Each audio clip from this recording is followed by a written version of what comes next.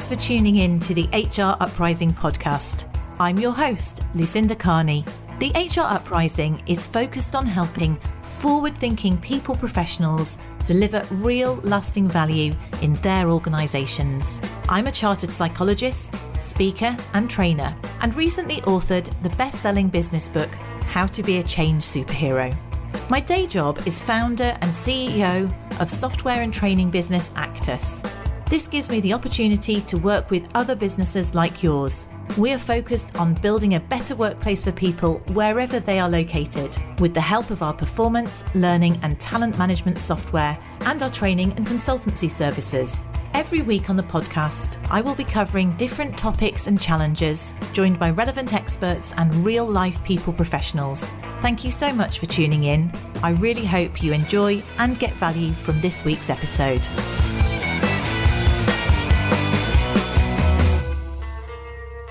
Hello and welcome. So I'm just jumping on briefly before we go into our main podcast this week with Selina Yankson, a mid-career mentor who is fantastic energy. I really enjoyed talking to her and I hope to work with her in the future. So that's all about the mid-career, which could be some of us. You might be helping others with their mid-career, or it might even apply to you. I just wanted to let you know a couple of housekeeping points. One of them is the fact that next Monday is Easter Monday, and we figured you'd be so busy eating your Easter eggs that we wouldn't drop an HR Uprising podcast episode on that Monday. And the same is the case for the bank holidays in May. So if you find that you haven't seen something arrive, that's because we're just giving ourselves the breathing space when the bank holidays are on. Everyone's very busy to allow us have a little bit of a break in terms of our generating of the podcast episodes. However, of course, if you want to go back and listen to previous episodes, there's 150 odd of them. So you can definitely go back and do that if you feel like you're missing out. I'm sure there's plenty of things you can listen to. The other thing, however, to let you know is that we will be, in the meantime, doing some open demos on our new product, Actus 360 now. So if you've ever considered using 360 feedback or want to find out what it is or how you could use it and demystify it a little bit, then you might want to join one of them. I'll put notes in the show notes, but basically there's one for in-house people professionals, and that's our 360 open demo on the 21st of April, at 12:30. And then the following week, we've got one for independent HR training consultants, and that's on Tuesday, the 26th of April. If anyone's listening to this after either of these dates, we run them quite regularly. So go to the website, actus.co.uk. You'll be able to get hold of them there. And we also have recordings. So if you're interested in knowing more about 360 and the sort of thing you might want to use it for is, let's say, developing your leadership team. It might be you want to embed your culture, your values or something like that. Or maybe you're building career paths or doing personalised development plans. It's really quite versatile. So if you want to find out more about how you can use that, we will cover that sort of thing in our open demos. And actually, if you want to go back to episode 134, I actually talk about how you can embed a 360 process in your organisation. So that particular podcast was on that topic, should it be something of interest. So that's all I wanted to let you know. Do enjoy this episode with Selina and look forward to being in touch again soon. And as ever, thank you so much for listening to the HR Uprising podcast. Hello and welcome to this week's HR Uprising podcast. And this week we are talking about a topic that I think I hadn't even thought about until I met this lady. So I'm delighted to have Selina Yankson on the podcast, and she's going to talk to us about mid-career mentoring. So Selina, please introduce yourself and tell us a bit about what we mean by mid-career mentoring. Hi Lucinda, thanks so much for having me. It's a real pleasure to be here. Mid-career is really an experience rather than a time. So most people believe that they are in mid-career from sort of 25 to 35 and then they're in their late career.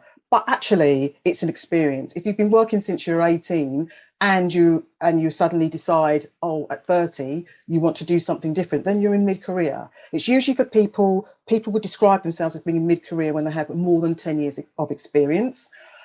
They will also describe themselves in mid-career when potentially they've got to a point in their career where they've had a level of success. They could also be running teams, they could be in leadership, but also as well within that time they're then plateauing and they maybe want to move on or move out to something else.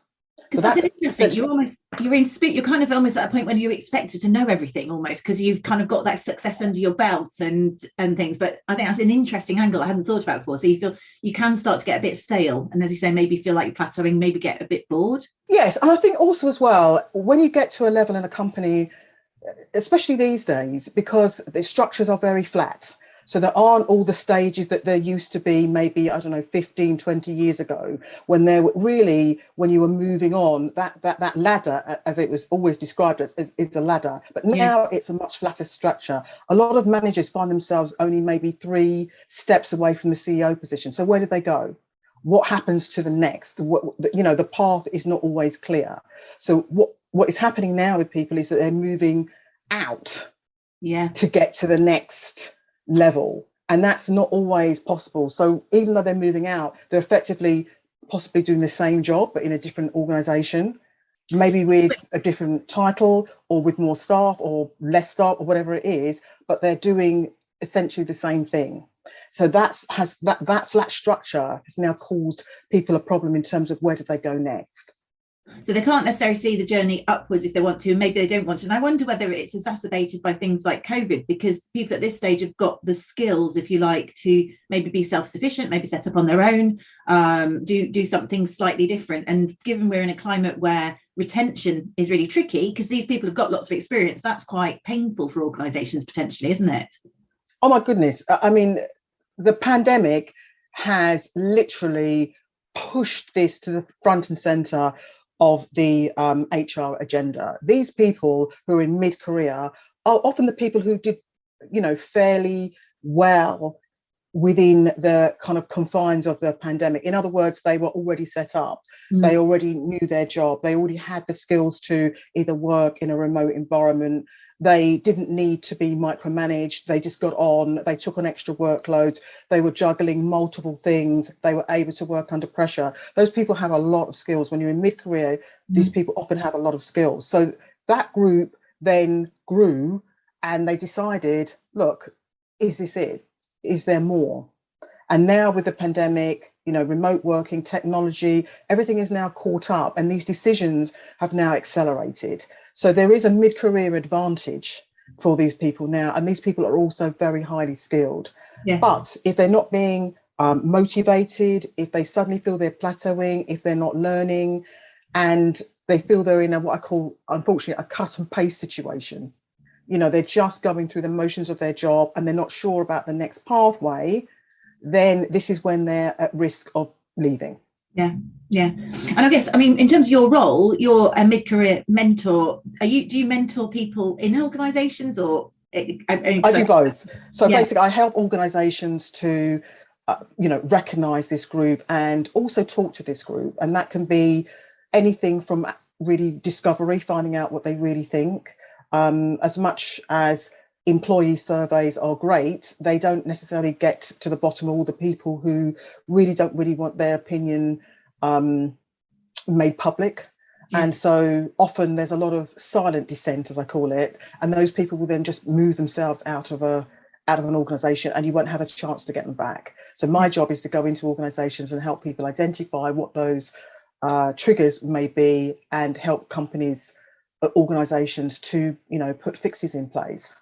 In terms of the actual mid-career professionals, I help them to basically do a career map, get unstuck and move to the next point, and also as well to allow them to really look at where they want to go. I think there's an element where also when you're in mid-career, you have responsibilities. You may have family, caring arrangements, children, young teenage children going to universities. There's a lot going on within mid-career. So that set of people, unfortunately, have a lot of pressure on them as well to maintain the status quo. So what they really want is not necessarily what they say they want, because they're looking at what everybody else expects of them.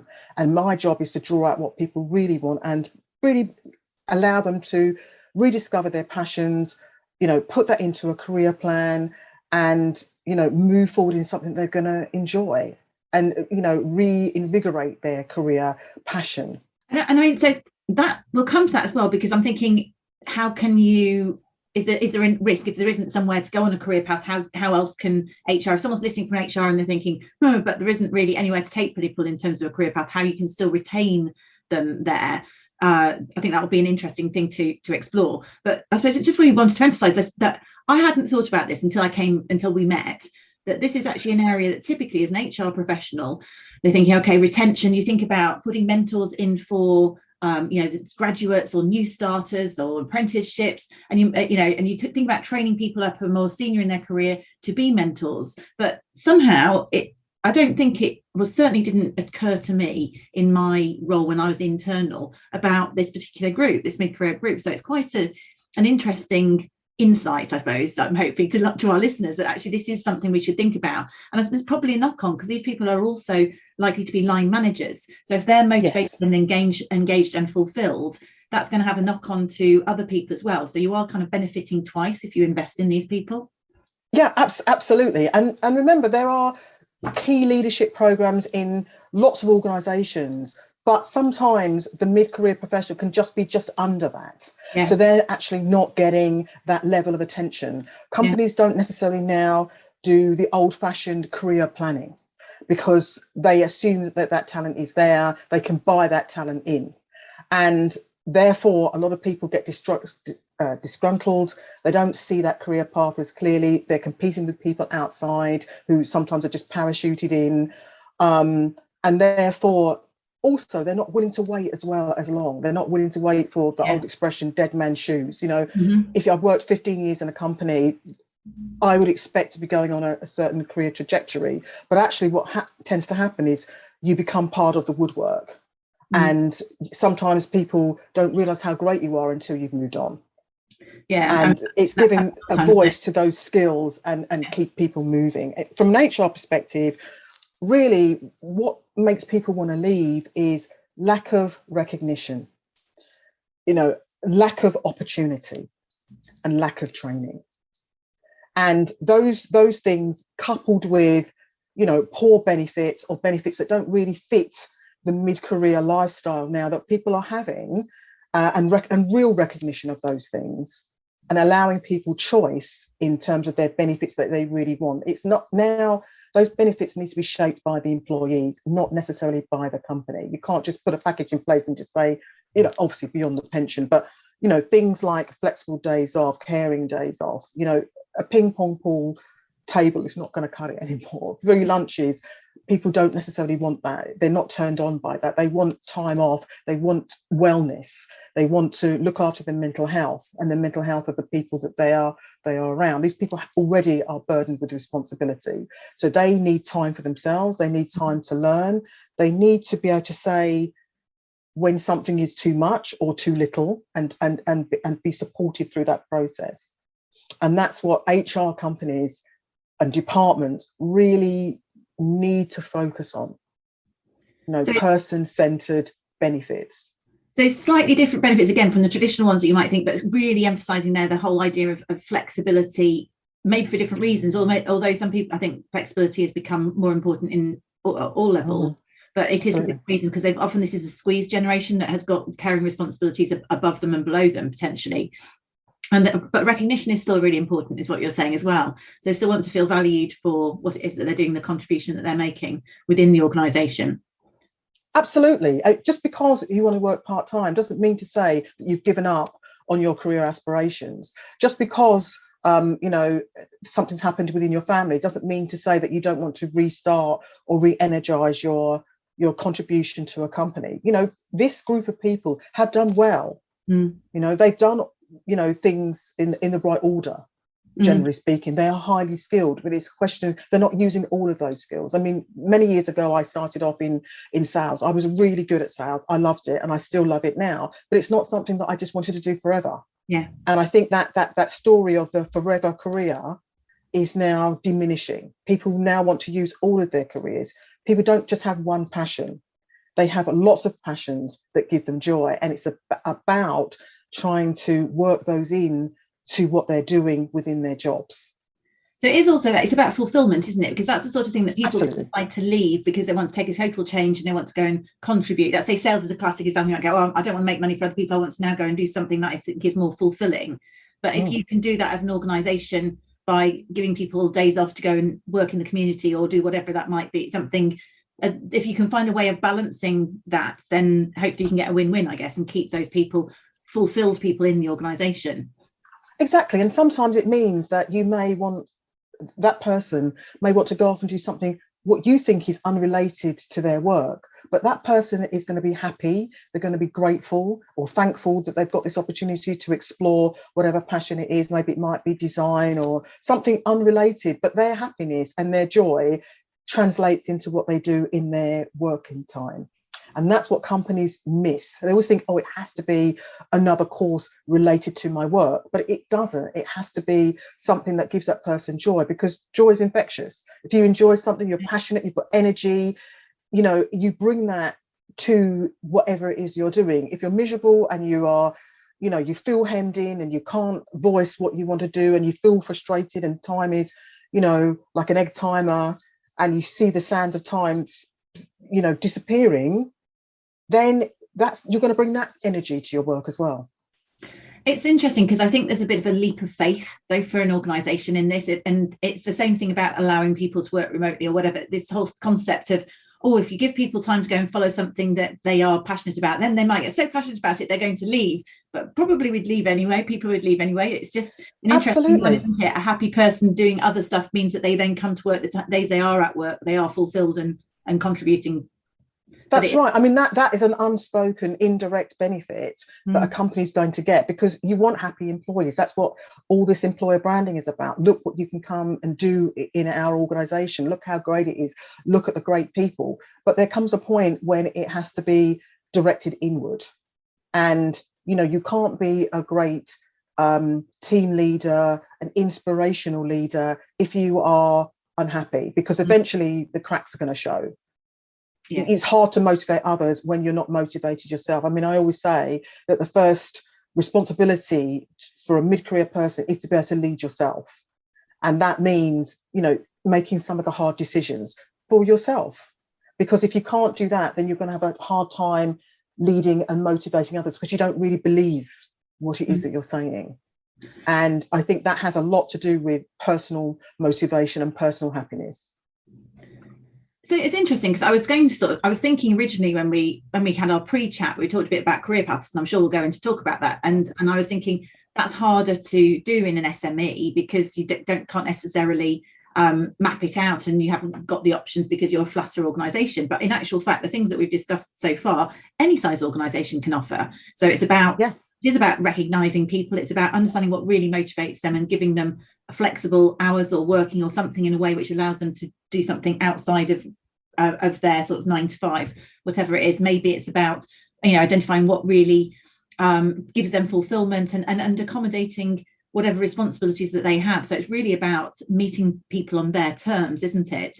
But I suppose if it's really, I don't know if we could look at that in terms of the SME, but if we go to the more traditional stuff and career paths, and if you want to more formally recognise this group, appreciating it might not work for all size organisations unless you've got some top tips for career paths in SMEs, for example, what would you suggest that you do there if you want to put something in place that's a bit more formal?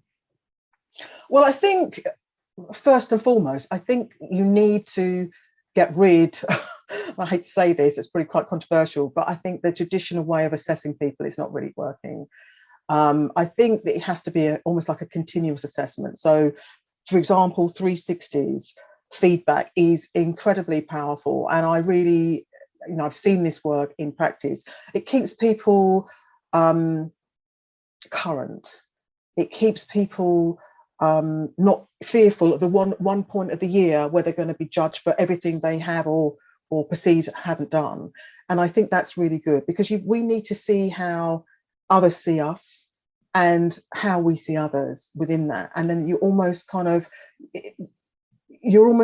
sort of a wave, a gentle wave of discovery, rather than getting to a point and saying, oh, you haven't done this, that, and the other, because you haven't been able to identify where that person was, in need of further support, or where they were at a low point or anything else. And I think 360s really help with that, because it helps people to focus not just on themselves and how they're perceived, but also how other people perceive them as well. Is that because, and the other thing generally, 360 is much more about behaviours or values, also in the way people relate to others, as opposed to being purely kind of tasks and deliverables. Is that what you'd say the difference is and why that's important?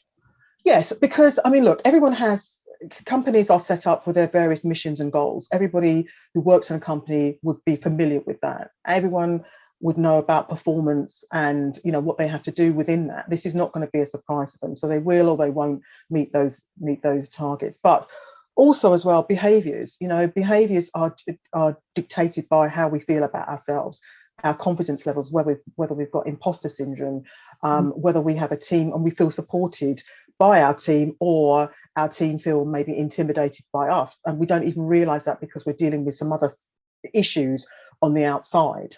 And we don't know how that affects others. Sometimes we're not as approachable as we think that we might be because we're so busy trying to cover all the things that we're overwhelmed with, instead of thinking, I feel happy. People graduate to people who are happy, open, feel that they're in control. That makes for better team management. That makes for better team dialogue. That makes for better innovation, ideas, risk taking. All those things matter. If you are not in that position and you're not catching this early, then this could go on for potentially, I don't know, 8 or 9 months, affecting your team. People think, I'm not really getting the support that I require from you as my manager, therefore I'm going to look elsewhere. And then the team starts to recognize that they can't really contribute, or they don't feel they're being heard, you don't have time for them, and so it goes on. And that's why 360 in terms of behavior is so powerful. It's personalized, isn't it? That's the other thing about it. It's not generic, and this group of people, you don't want a one-stop fits, one size fits all development. It's very personal to you, and actually that self-awareness it promotes, it might be slightly different based on who you're interacting. In one period of time, in 6 months time, you might get slightly different feedback, so it's much more current and personalized, which I think probably fits with what you're saying as well. Is people, they don't want to just be ignored. It's about something that is personal. Exactly. I mean, this group will have certain characteristics, of course they will, which I've already described earlier, but everyone's got a personal story, and sometimes it's too personal to bring to work, and you don't want to get it to a point of crisis and then have to manage that crisis. And I think that's what HR teams really need to avoid. And so that it's almost like that continuous a vehicle, so that they're actually hearing people, not just the once a year review and how great we are to work, or the what I call the hotel lobby area, so that everyone thinks you're a great company and you're getting great reviews on these review sites, etc. Because there's a real there's a different experience for everybody, even in well-known companies where people think they're kind of like gold standard. I'd love to work there, but I've worked in a couple of these companies, and it's about the people that make that experience great, or not, as the case may be. Yeah, that's such a good point. I was just thinking about that, because it'll be about who's managing them, right? Isn't it? It's the experience that they've got with their line manager, and of course that's paid forward.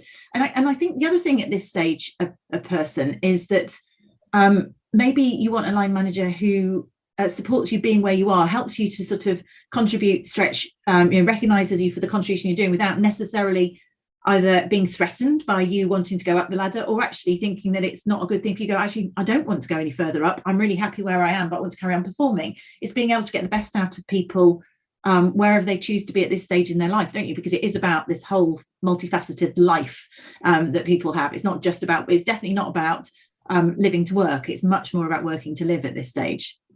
Yeah, and I think HR departments within organisations expect managers, on top of everything else, to coach their teams, and that's not necessarily what they want to do. They haven't necessarily been promoted into that role for their coaching skills. Now, obviously, the best managers and leaders will have those skills maybe in abundance, but it's not a natural thing. And I think also as well that puts the leaders under a lot of pressure, and that's why really there is a job for coaches to come in and to support not only the managers but also to support the teams, because a coach will be able to really get under the skin of what is going on within an organization or a group of people who are, and they're not necessarily underperforming, but it's the fact of the matter, you can start to see the patterns where things are falling down, and you can you can course correct.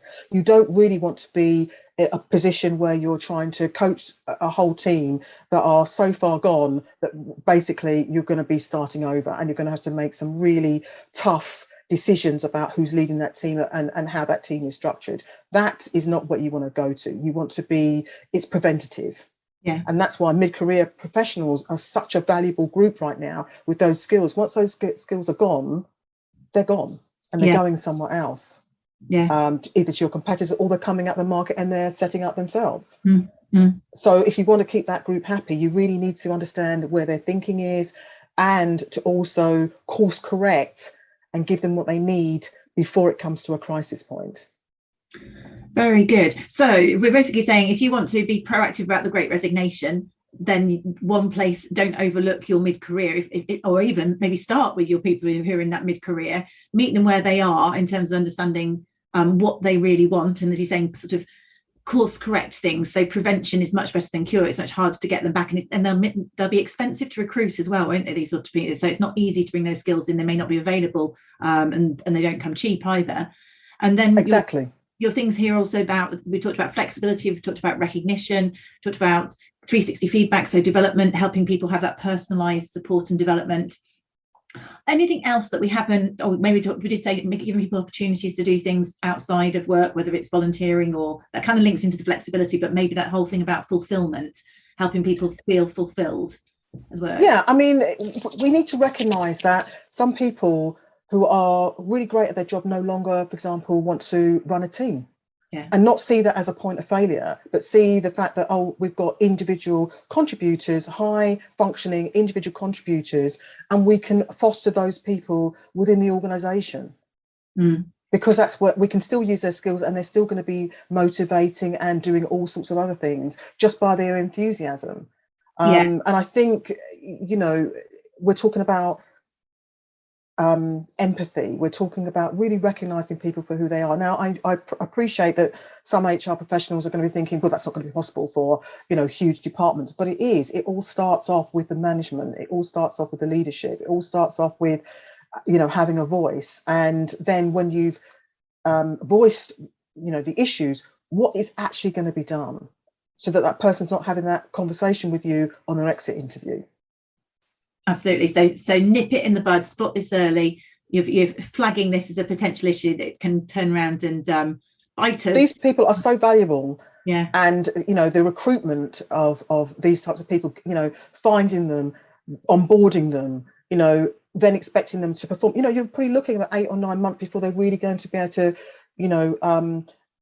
really contribute to the organization in the way that you want. Do you want to do that when you've already got these people here now? Yeah. So people really need to start looking within their own pool, really think about how you can really bring those people on, not just what I call the top racehorses, the obvious people, but the people sort of beneath them, and have a kind of a learning and development environment, because the company can only win. Yeah, absolutely. And that's really valid. It almost takes us into another area, but we won't carry on today. But that whole mid area, the mid performers, right? The people who you're solid performers. It's all very well having you, like say, racehorses, but those solid performers are the ones that is the 80-20. They're delivering the 80%. So if we can keep them motivated or tweak them to develop their skills that little bit, then it's totally going to provide competitive advantage. But it's so easy to overlook, isn't it? It's almost you take for granted what you've got. And that's probably the abiding message, is don't overlook your mid-career people, get the most out of them, engage with them, and meet them on their terms. Yeah, exactly. I mean, it's like, I'm going to use a sales analogy, which is called like the leaky bucket syndrome. Most companies are really focused on new business. So what they want to do is fill that bucket all the time, when actually 80% of their, revenue is coming from 20% of their clients that they already have.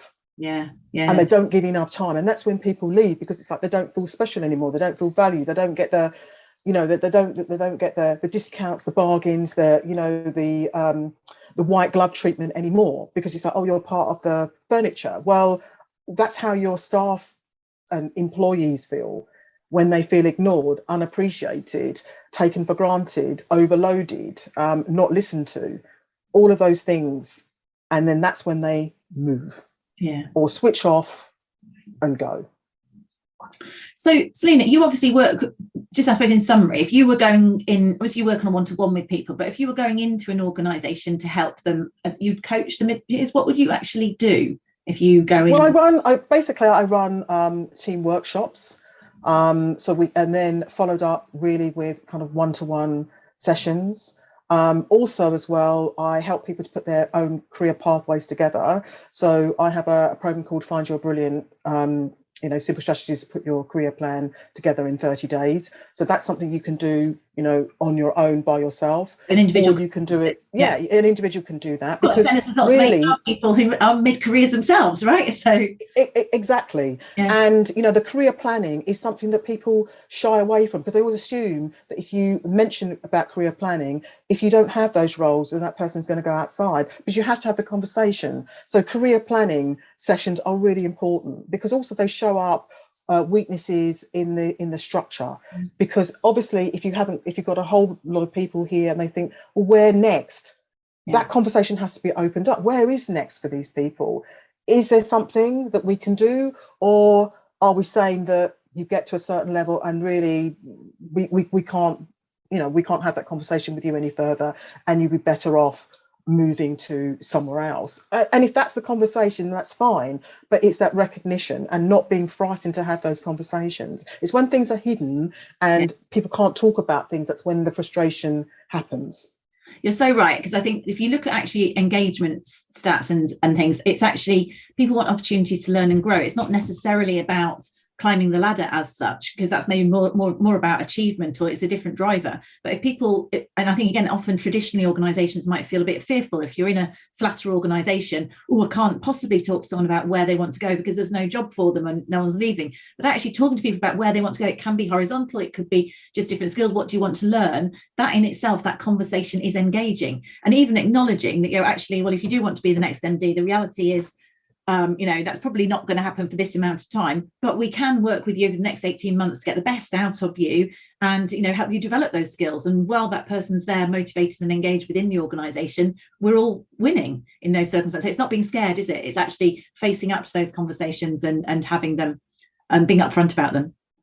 Exactly. And I think to a certain extent, and I will I think McKinsey is a great company for this, because they have a very well-oiled alumni, and people leave the company, but they don't really leave the company. They're always feeding back into the company with jobs and opportunities for others. And you'll find that people who are in McKinsey then go on to other client companies, big jobs, but they're always in that kind of network. And that's how you really want your people to feel about you. Speak well of the experience they're having at the company, no matter whether it's the end of the line for them, but they can speak well and say, well, this was great for 2 or 3 really good development points in my career. And I would highly recommend somebody coming to that company to do these things. Or I can be an individual contributor in that company, or I can write my own job description for a very particular project or team building exercise, or managing a particular client issue or customer service issue, or whatever it is, operational side, and allow people, because sometimes your highest contributors will see a role right there, but they haven't got time to do it themselves, or they think, I'd really love to do that because that's the job that really needs to be done, rather than the job that's on my job description. Yeah. So, Selina, if people want to get in touch with you and maybe talk to you personally about mid-career mentorship or coming in and talking to their teams, how would they find you? They can find me at themidcareermentor.com.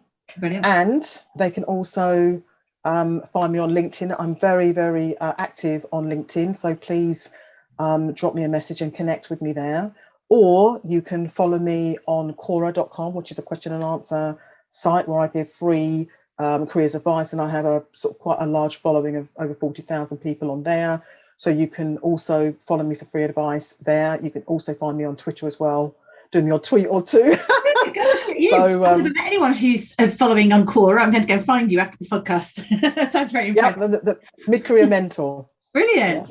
So we'll put these links in the show notes for people if you didn't get all of those. But I can testify, definitely. I found we met through LinkedIn, didn't we? So you're definitely easy to find on LinkedIn as well. Excellent. Yeah. Thank you so much for joining us on the HR Uprising podcast, Selina, and opening my eyes to an area, another area that I'd not thought of in terms of being key success area or area to focus on for HR professionals. So I'm really grateful to you for opening our eyes here. Thank you so much, and thank you for having me. It's been an absolute pleasure. Absolutely. Thank you. I really hope you found this week's episode useful and enjoyable. If you did, perhaps you could recommend us to a friend or colleague, or give us a review on your platform of choice.